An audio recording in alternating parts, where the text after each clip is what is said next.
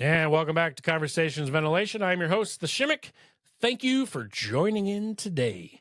Well, let's get started, dive right into it.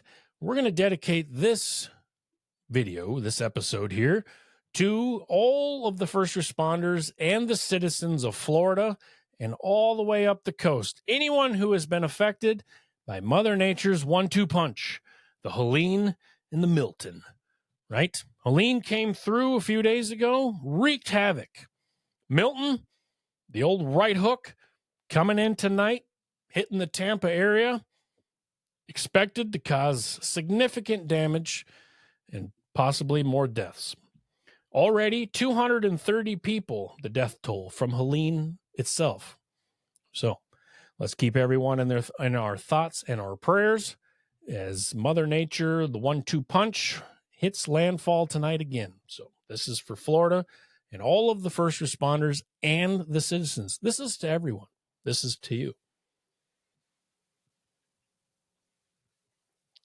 All right. Well, today we got a good one. Jeremy Donch from National Fire Radio stopped over on my side of the internet to have a quick conversation and just to say hi, get into a few little things, get into some of, how we got started, why he got started. And, to be honest, I just wanted to show him off because he's Jeremy. He's a good-looking guy. So hope you enjoy and stay tuned. Roll that footage.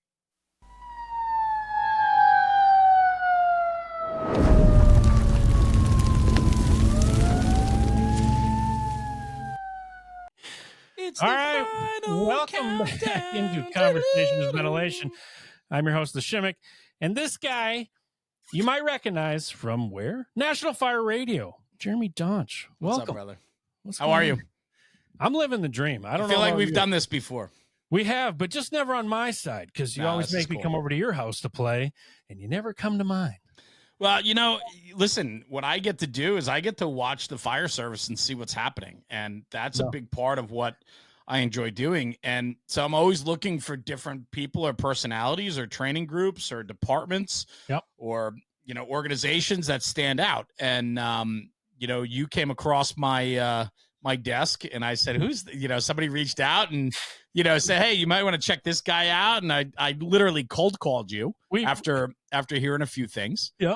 And here we are. Yeah. Here we are.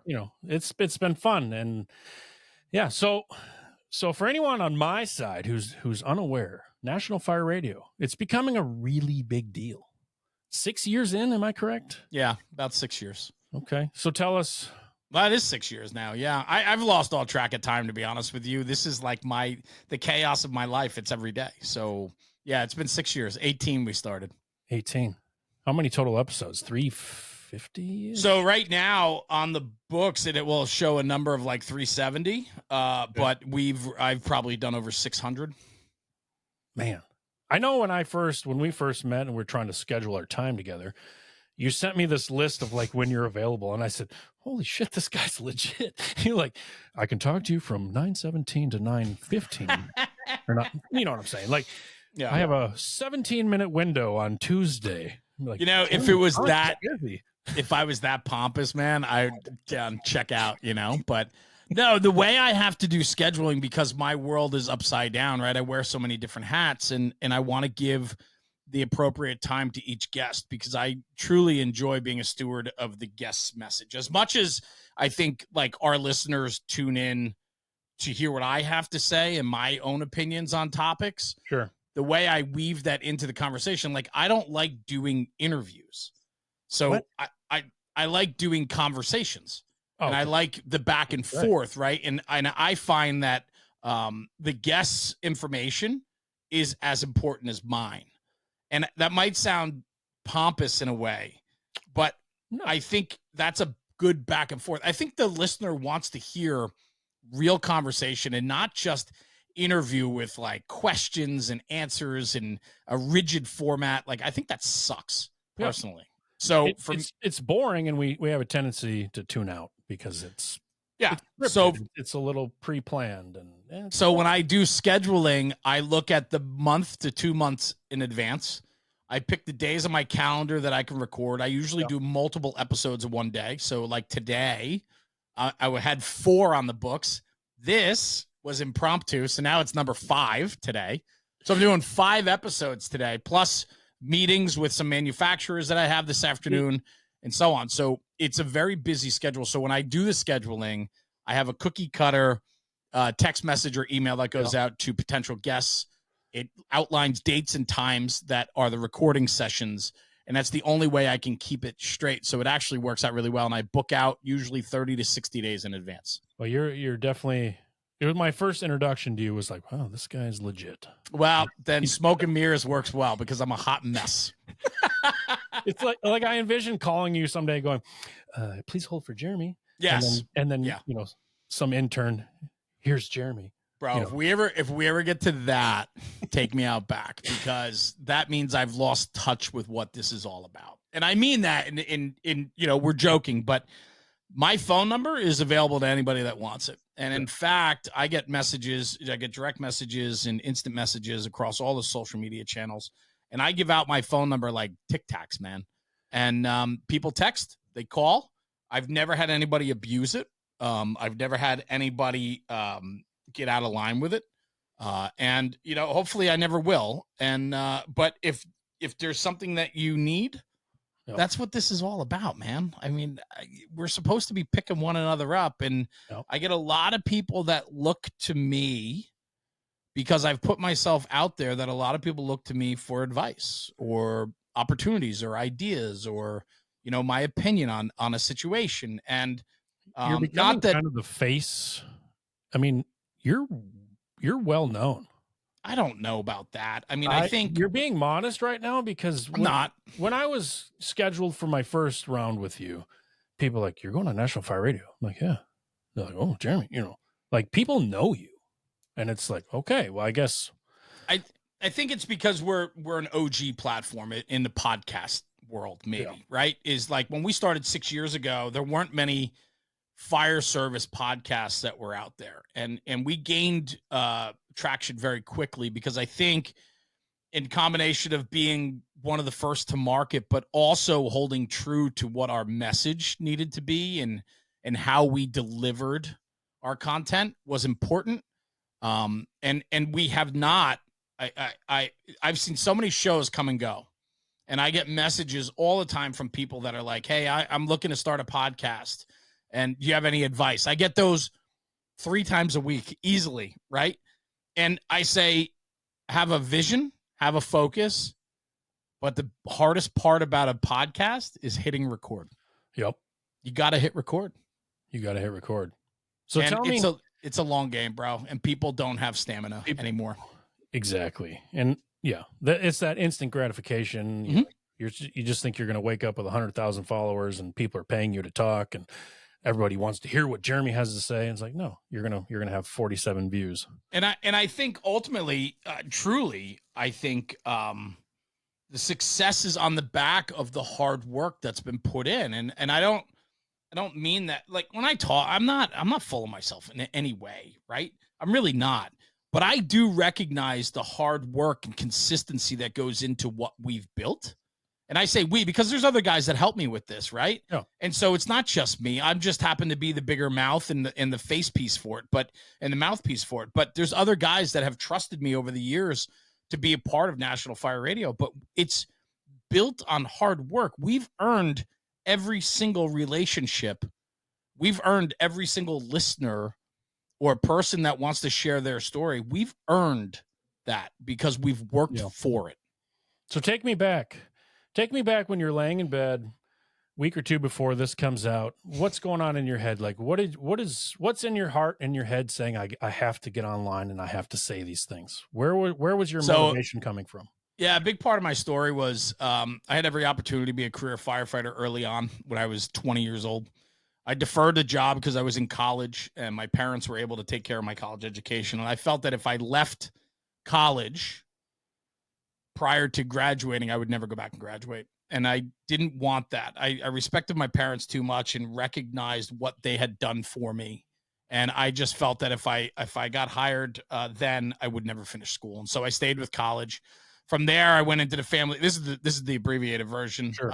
My program, I go, but the first half hour of my Bridging the Gap program is my whole story. and I tell it, and I'm freaking Tommy boy, bro, fat, drunk, and stupid. Right. And that was me growing up. And I grew up in a upper middle class neighborhood. Everything was given to me. I was entitled. I had a chip on my shoulder. I was always the big kid in school. So I was a bully.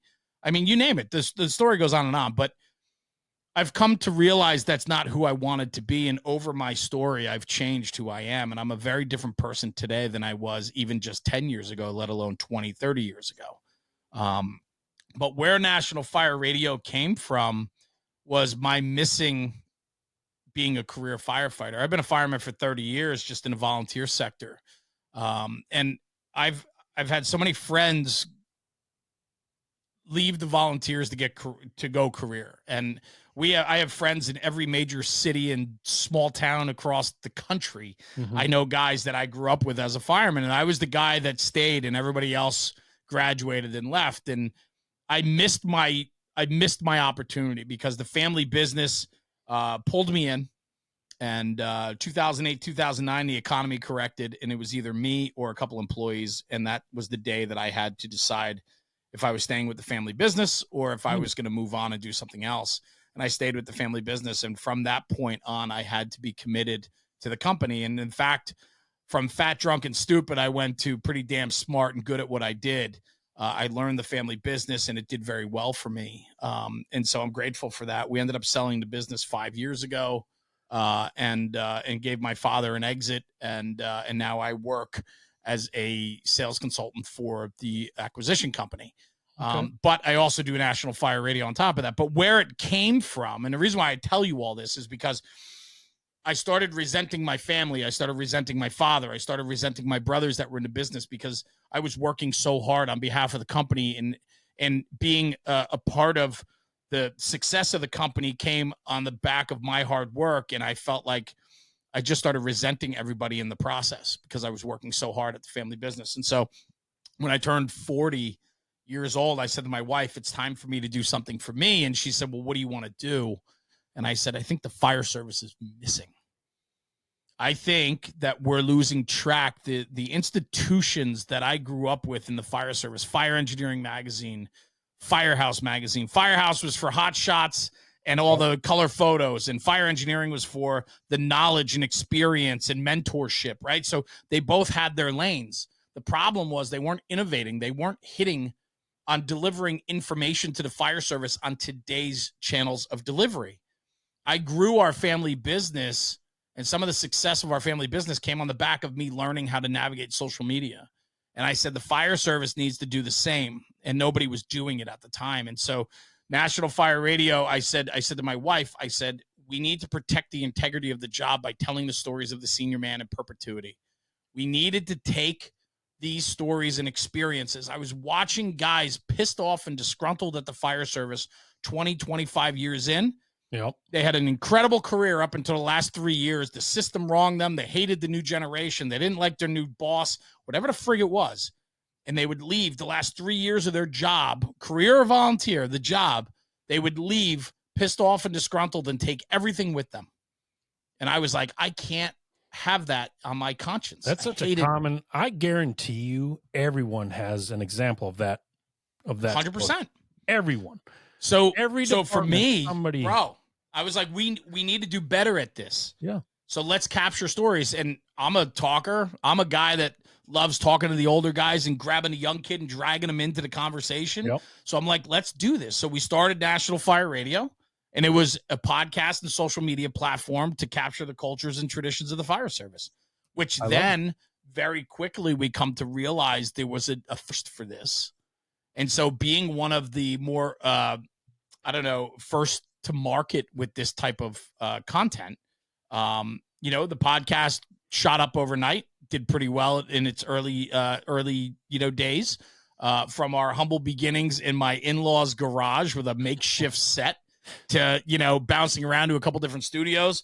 COVID shook out our last studio, so I've been recording from home, but we have some plans of things that are going to happen first quarter of next year, with a new studio space and so on. So there's a lot of things happening, but ultimately, bro, it's all been built around protecting the integrity of the job. And somebody has to do it.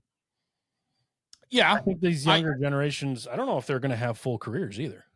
I'm frustrated with the institutions that are in the service today that were there yesterday. The ones that I doubled down on did not innovate in the fire service space. And that was frustrating for me to watch these younger kids not know the institutions that I grew up on because they would not change or innovate their message or better their delivery of their message. Mm-hmm. And so for me, I was like, if they're not going to do it, I'll start doing it. And that's what it became. And so we started telling the stories of the senior man in perpetuity, having interviews, telling stories, clipping that up for social media. But then we found there was a whole nother avenue to this, right? And so what National Fire Radio is behind all of that, it's actually a media and marketing company. We do marketing scopes and projects with some of the largest manufacturers in the American fire service, because the largest manufacturers and OEMs and dealership networks, so many of them don't have firefighters in their marketing departments. So how the hell can you market and sell to the fire service? How do you sell your product to the backstep firefighter if you've never stretched a line? Yeah. If you've never been a firefighter. And so I found there was a disconnect. And with the social media growth that we were having, companies started reaching out, looking for assistance, consulting, help. And before you know it, we're a full creative design, execution, and delivery firm that does projects for companies across the fire service. And then that's put out through our network of community. So what we actually have built is a full service creative execution to delivery, because we built a community that we can deliver against. Nobody else has that. All this day one. This was the plan all along. You know what's funny? People ask, like, did you ever think you'd get there? And I was like, yeah. Really? I really did, Shimmick, and I'll tell you why. Wow. Okay. Because I'll tell you why. Where I'm going. We've talked about it a million times. I have no idea. There was a big miss. There was a big gap. Like what? Like, so you saw yourself 6 years down the road going, yeah, you're right where you thought. I thought I'd be bigger and better already. Oh. But I don't do things half in. Like, if we're going to do this, let's go. Yeah. And to be honest with you, I wish I was further along already. We have I'm a creative man. I have grandioso ideas and I have so many thoughts and creative, and we could do this and that will do this and this can do this. But I think the one important thing that nobody gets is that this is a long-term play. Yeah. And we built community. We built a name in the fire service within 6 years. That's fast. It's incredibly fast. And with that, though, we have to be super protective of the brand, meaning I won't sacrifice our morals, ethics, and values. I will not deviate from who we are from day one. And that's 100% transparency and authenticity. I love it. It has to be that way. And this is why, like, the fire service, like, so many guys talk about the process. The process matters in the fire service. There's no freaking shortcuts, bro. No. You got to put the time in. If you haven't done it, it's theory, right? You got to put the time in. And yeah, I don't even know what to say. Well, I live it. This is my lifestyle, right? People talk about the fire service, and I know in the Northeast it's a little bit different than other parts of the country. I get that, right? In the Northeast, career firefighters, it's truly a career. They get paid well, and it's a good, reliable job. And then I know firefighters in other parts of the country that are career firefighters, but they have to work 2, 3, 4 jobs just to be able to pay their bills. That's fucking wrong. Like, the fire service should be a career, and people that are coming into it should know that the job is going to take care of them. And I talk about the job as the fire service because there's so many different parts of the fire service that it's hard to break it down. So I just talk about the job because fire doesn't care. Fire's fire, whether you're volunteer, paid on call, or a career fireman. Absolutely. I know some of the very best firefighters are volunteer firefighters. I know incredible career firefighters. I also know shitty career firefighters and shitty volunteers. Yeah, being a paid firefighter does not make me better than any. It's here, bro. Being a professional firefighter doesn't mean, the volunteer in the town, over is any less. Yeah. I know some of the greatest people in the fire service don't get a paycheck. I can tell you that, right? And so my point is, it has consumed me as an individual. I absolutely love the fire service. It is my lifestyle. I talk about the fire service all day long. My friends, my circles, the people I travel with, the people I vacation with, all of it. I only have a few sets of friends outside of the fire service, and those friends can't even begin to understand the relationships that I have within the fire service. So the wife, does your wife ever look at you and go, "Hey, not today"? She hates me. Okay. Because no, she's amazing. My phone will ring and she'd be like, "His CIV stuff." I'm like, "Yeah." She's like, "Oh," and she'll just walk away because she knows, and I can't imagine being, 5-6 years in, and it's so many people and you're so involved in all these things, and she's got to just be a saint, where she's like, "Well, Jeremy's talking about fire stuff all day." Bro, last week I sprung on her, tomorrow I'm going to North Carolina for 5 days. Yep. And she's like, "What?" And I'm like, "I'm going to North Carolina. I need to be down there." I said, "We have a lot of friends and relationships in the areas that were hit, and in the Asheville area." And I within 24 hours, I said, "I'm going to be leaving." And she wasn't happy about it, but she understands. Because here's the thing, Shimmick, and you and I have talked, on my show, and outside of this, you and I've connected pretty good, or pretty well. And I enjoy our friendship, our new friendship. This is really newfound, and it's the last few weeks how we connected. But there's this understanding of trust that I can't break. And if we're going to put ourselves out there, and I'm going to share my opinions and ideas and experiences with people begin to listen and they begin to trust. And we've built community based on trust. It's authentic. I don't get to then write the rules for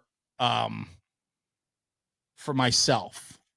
Like I've put other people ahead of it because we've created an environment, we've created a community that believes in us and trusts in us. We need to be there for people. So when somebody sends me a message looking for advice, I have to answer them. I don't get to not answer the instant messages or the emails that come through. I don't get to not answer those. Maybe one or two go missed. Yeah. I'll be honest, I'm human. But there's weeks that I get hundreds of messages. And you and I have talked a little bit, I believe, on your side a few times about how I told you I felt on track. I felt very hyper focused on like, this is where I'm supposed to be right now, having these conversations about, my side of the CIV stuff. And, you're saying the same thing, or at least I'm hearing that. It's like, you just feel like this is just where I'm supposed to be.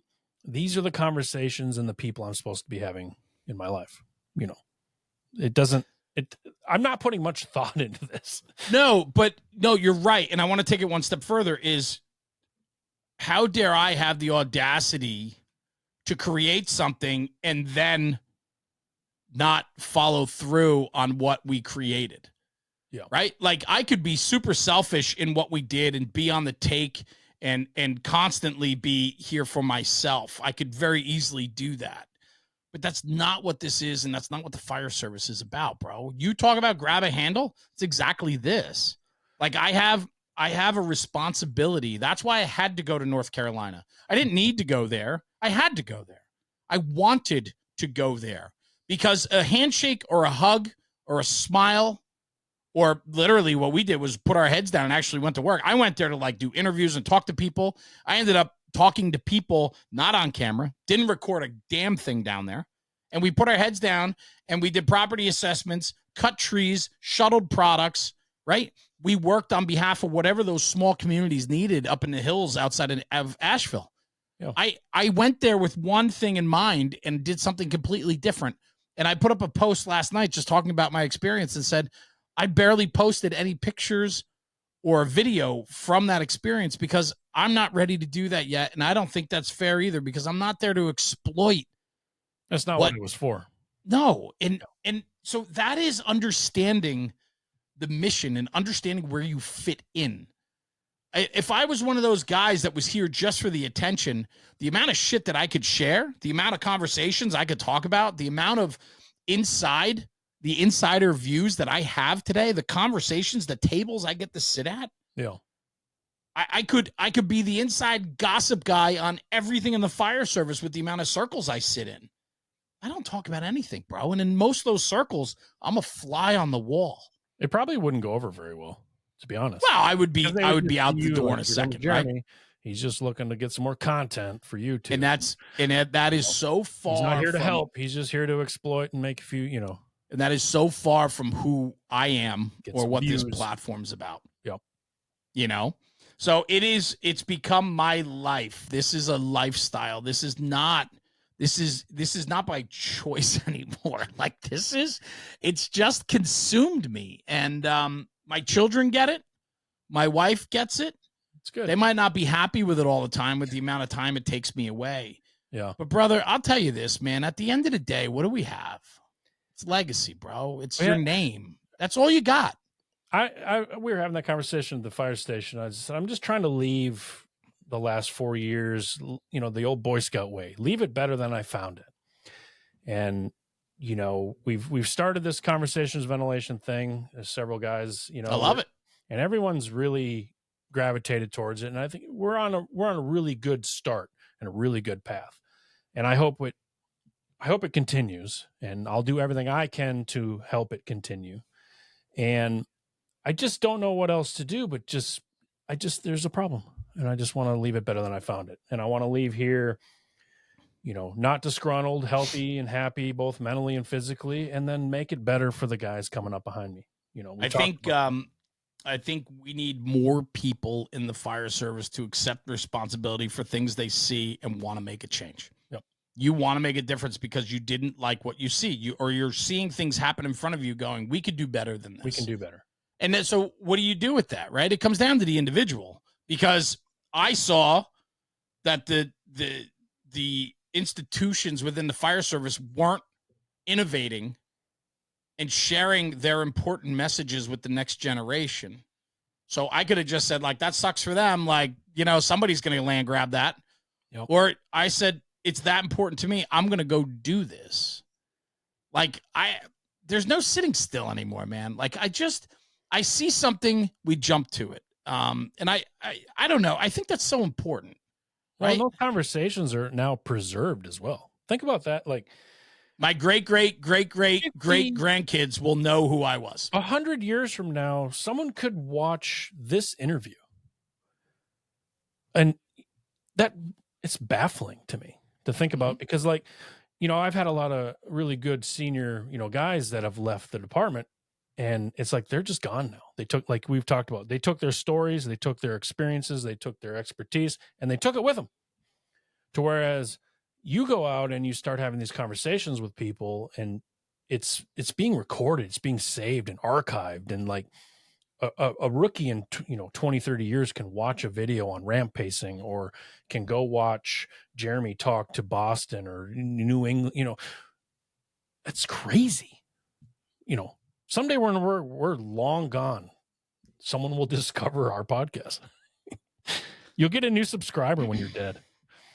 You know what's really cool? I went to North Carolina last week, like I talked about, and you walk into places and somebody sees you and goes, "Holy shit! Hey, Jeremy, how are you? Thanks for being here." Yeah, that's everything. It's to me, there's such a responsibility in what we've created that I feel obligated to shake every hand and engage every person that talks to me. And I can tell you there's some people in the fire service that I stuck my hand out to shake their hand to introduce myself to them, and they fucking blew me off like I was a piece of shit. And you know what's amazing? These are some big names in the fire service, and they probably didn't know who I was at the time. I can tell you this, they know who I am now. Yeah. And in fact, they certainly know who I am now because they want to be on the show. And you know what's fun about that is you have to treat everyone with the same courtesy and respect, from the junior man to the senior man. And when you take on a persona, or you create a platform, or you have a brand, you better make sure that you represent that to the very best. And that, to me, is incredibly important. And the guys that blew me off, there's not many. There were a couple, and they're names that everybody would know. This in North Carolina. No. This is going back a year or two, 3 years ago. Not North Carolina. Because I dropped your name at Applebee's, and I got in right away. They knew me? Yeah. Half apps. You know, I've only been to Applebee's, I think, once, maybe twice. Giving a roll up. She's like, you know, Jeremy, I was actually on the show, and she's like, by all means, we don't do chain restaurants in this house. Well, you know, Applebee's is popping for Jeremy, and no, it's a fun thing. I love what you're doing. We've had a instant friendship from the moment we met, and you know, such a genuine thing going on, and it's fun to really. I feel like we're both turning around. I use that term all the time. I turn around. I'm trying to make it better. I'm trying to fix some things I think are broken. I'm trying to right some of my wrongs. Excuse me, and just, you know, because I'm not going to be here for, you know, much longer, and then it's the young guys got to pick up, grab a handle, and carry the load, and that really, I think, you know, is coming down to it's percolating to the top is one of the most important things. It's coming up. And so hopefully we can work on that. I think what you're doing is awesome. And I think knowing your story now, like I do, I think one of the most important things of getting to know you and your story is, and the not lesson, but something to take away from it. It's never too late to start, bro. No, it's never. You know, and the fact that you're willing to tell some of your story, and, you know, the podcast when you were on with me talked about blending in, and it was just easier to blend in for all these years. Yep. And now you found yourself at a place where you're like, no, wait a minute. I don't like that. It's time for me to step up and do something about it. Right. Like that to me is so powerful. And I think that is such a strong takeaway, that there are so many people in their careers right now, volunteer or career fire service, in their fire service career, that are looking for something more, seeking something more, needing something more. And they feel like they're just wallpaper, man. They're just there walking through the paces. But I challenge them. I challenge all of them. You have something in you. You got to the fire service because you found it. Didn't find you. You seeked it out. You joined. You joined your volunteer department. You went through the process to get hired. You want to be there. Make it worthwhile. It's so important, because if we all go in on it, and I know this is like grandioso and people will be like, this guy's full of shit. Like, this is crazy. And I get that. But I'm a dreamer, bro. I'll be a dreamer. That's fine. I'll dream for all of us. But this job is so freaking good. It's still good. I don't care. All the negativity that's out there and all the focus is on the negativity. It's still so freaking good, because I look at what it's done for me, the relationships, the people I know, the opportunities it's given me, the experiences I've taken away from it. Yep. It has provided for me because I have allowed it to consume me. That's the message. I love it. I you know, we've talked.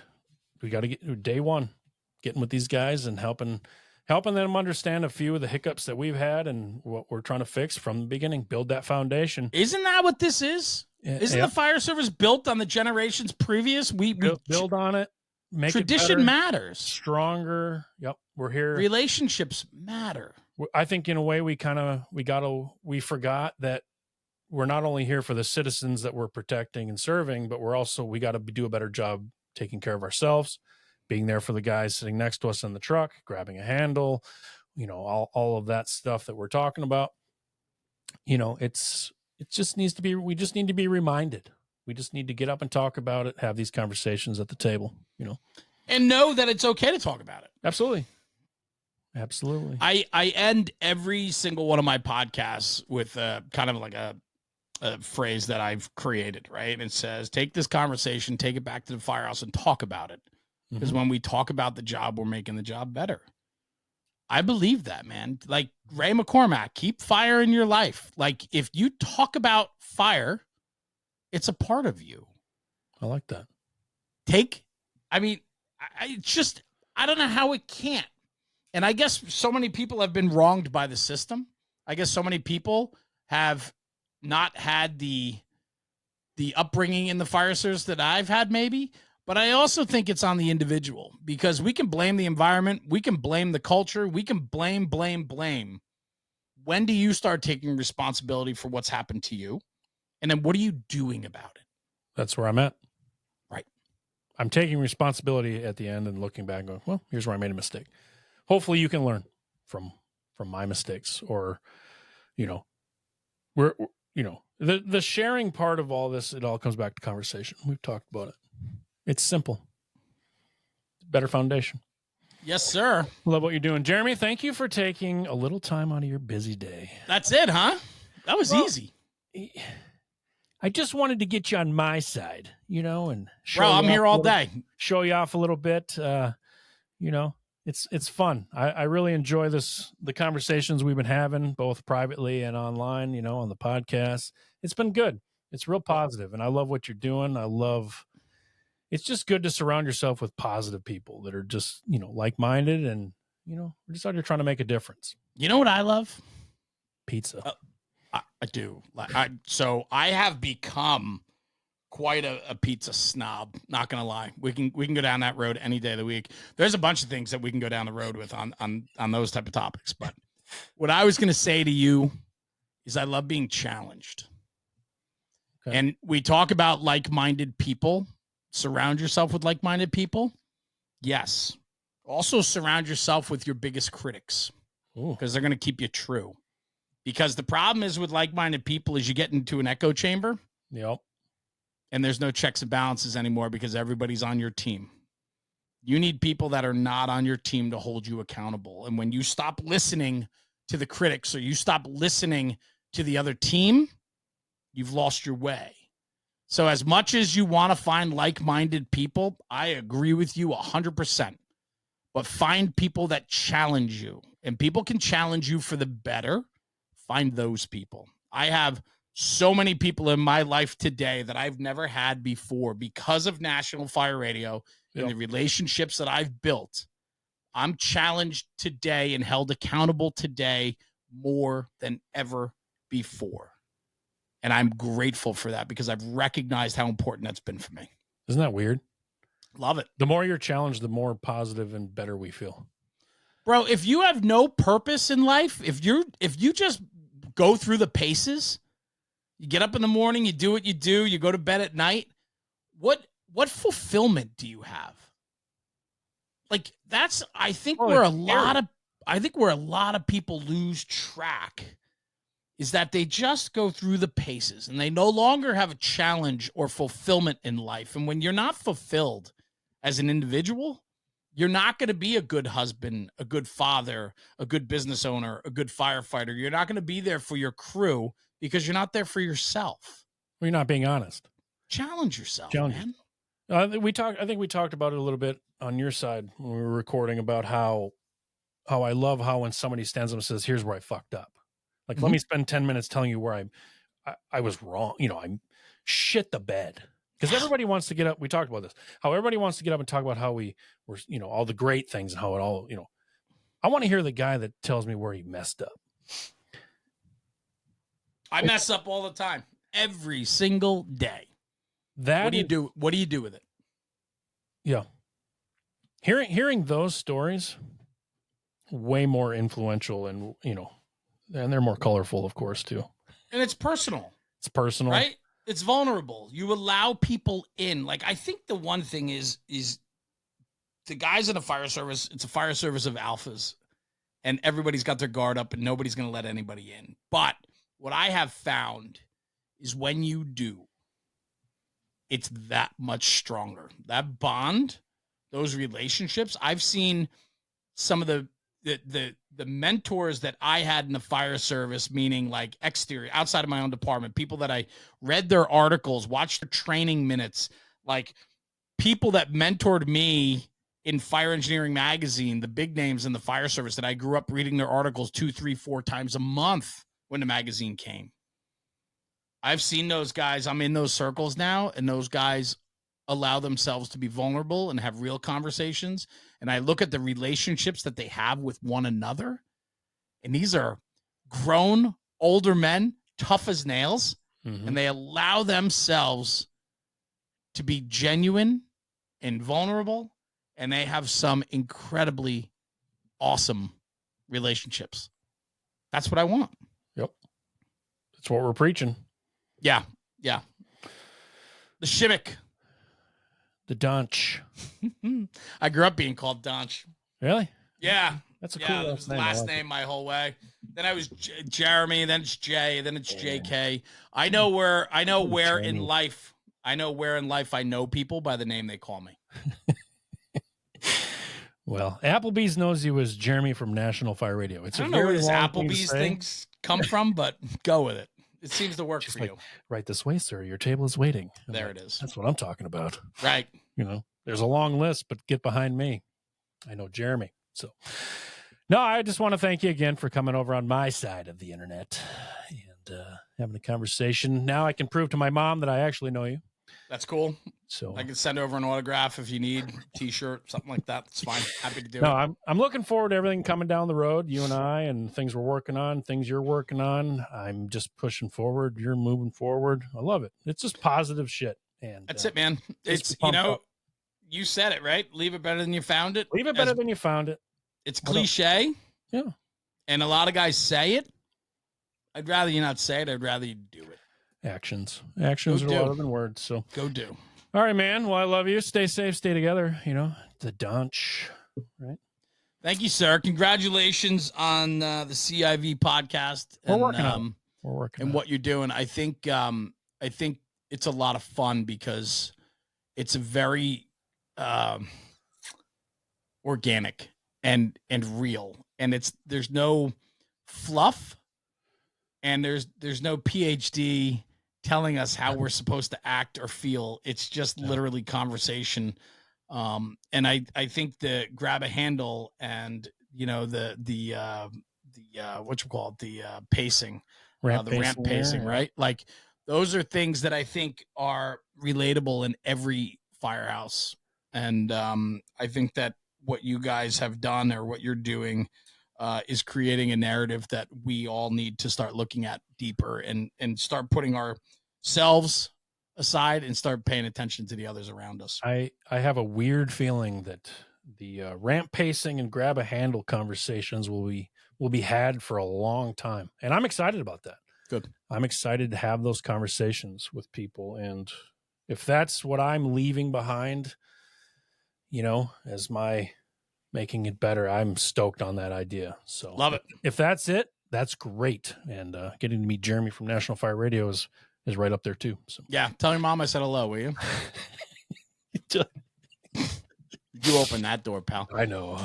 It's my fault. So, all right, Jeremy, well, I appreciate you taking a little time out of your busy day. We weren't planning on recording, but you were nice enough to stick around. Bro, come on. Why wouldn't we do this? I know you got some stuff going on tonight, and I'm excited for you. I'm excited to see where we'll be in a couple more years. So cool. All right, yeah, well, let's go, man. Let's go make a difference. All right, so everybody tuning in, thanks for tuning in. Like and subscribe, of course. Head over to Jeremy National Fire Radio. He's pretty big, so go subscribe over there, watch his videos. He's got a 346, I think, is one of your best episodes. It was 364, so your dyslexia is on full display. I'm mathematically dyslexic, so 364, I believe, is one of his best videos he's ever produced. Yeah, this week. Yeah, he said, send me a photo. And I said, well, here's one that'll get their attention. So you'll see it when you see it. It's Yeah. It was it's fitting. I can tell you that. But thanks for tuning in. I'm glad you're here. I'm glad you're part of the conversation. We're going to keep this going, and we're just going to go where we're going. So like and subscribe as usual. Jeremy, thanks for coming in today. Thanks for having me. And we'll see you on the next one. Stay safe. All right. Love you guys.